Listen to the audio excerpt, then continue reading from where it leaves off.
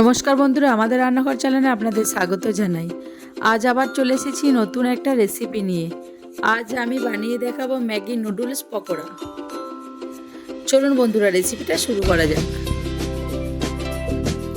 প্রথমে আমি ম্যাগিগুলো সেদ্ধ করে নেব। তার জন্য কড়াইয়ে গরম জল চাপিয়ে দিয়েছি। জল গরম হয়ে গেছে, এবার আমি ম্যাগিগুলো একটু ভেঙে ভেঙে দিয়ে সেদ্ধ করে নেব।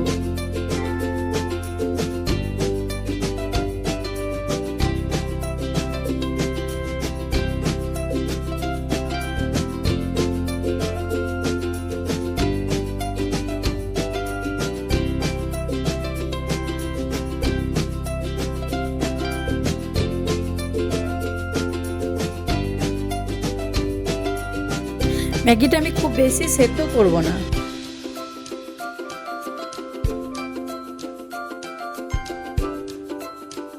দেখুন বন্ধুরা, ম্যাগিটা আমি এরকমই সেদ্ধ করেছি। বেশি সেদ্ধ করে নিলে ম্যাগি পকোড়ার মুচমুচে ভাবটা থাকবে না। ম্যাগি সেদ্ধ হয়ে গেছে, এবার তুলে নেব। তারপর ঠান্ডা জলে ধুয়ে নেব। ম্যাগিগুলো ঠান্ডা জলে ধুলে ম্যাগিটা ঝরঝরে থাকবে। দেখুন বন্ধুরা, ম্যাগিটা পকোড়া করার জন্য আমি কি দিচ্ছি।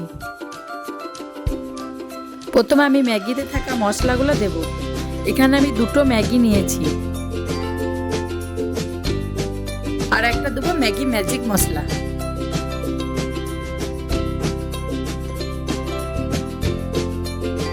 এবার দেবো দুটো কুচো করে রাখা পেঁয়াজ।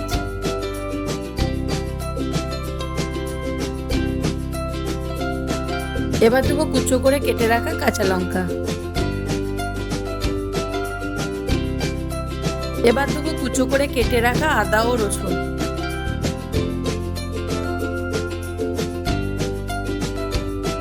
কুচো করে কেটে রাখা ধনেপাতা দেব। এবার দেবো 1 কাপের থেকে কিছু কম চালের গুঁড়ো।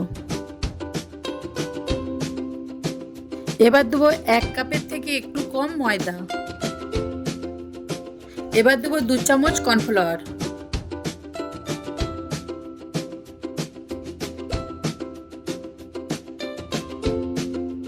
এবার একটা ডিম ভেঙে দেবো।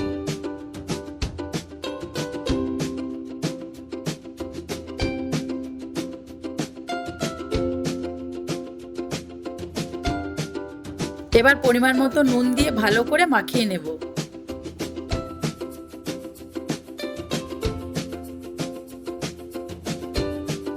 একটু জল দিয়ে ভালো করে মাখবো।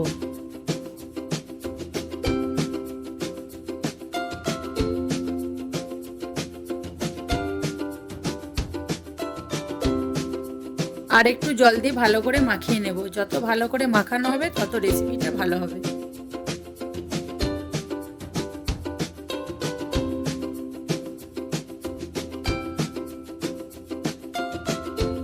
দেখুন বন্ধুরা, আমার মাখানো হয়ে গেছে। আপনারা ঠিক এরকম ভাবেই মাখাবেন, তাহলে পকোড়ার শেপগুলো সঠিকভাবে আনতে পারবেন।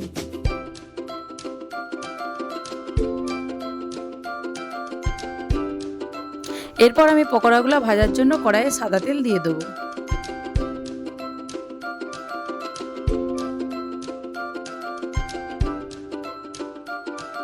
তেল গরম হয়ে গেছে, এবার আমি এইভাবে পকোড়ার মতো শেপ দিয়ে কড়াইয়ে ছেড়ে দেবো।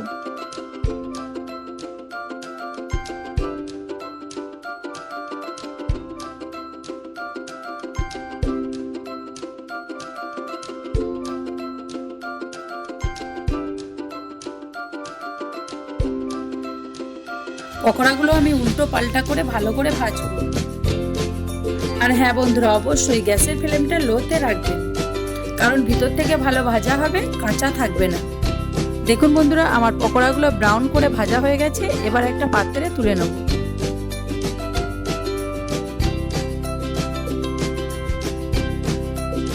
দেখুন বন্ধুরা, পকোড়ার কালারগুলো কত সুন্দর হয়েছে। বাকি পকোড়াগুলো সেম ওই প্রসেসেই ভেজে নেব।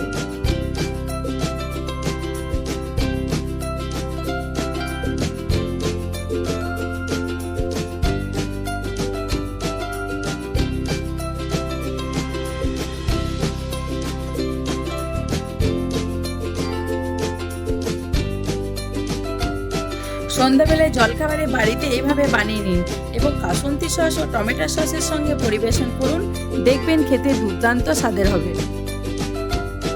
বন্ধুরা, আমার এই ম্যাগির নুডলস পকোড়াটা কেমন হয়েছে তা কমেন্টে জানাবেন। আর যদি কোনো বন্ধু আমার চ্যানেলে নতুন হয়ে থাকেন, চ্যানেলটি অবশ্যই সাবস্ক্রাইব করবেন এবং ফেসবুক পেজটি ফলো করতে ভুলবেন না। ভালো থাকবেন, সুস্থ থাকবেন। দেখা হচ্ছে পরের একটি নতুন রেসিপি নিয়ে। ধন্যবাদ।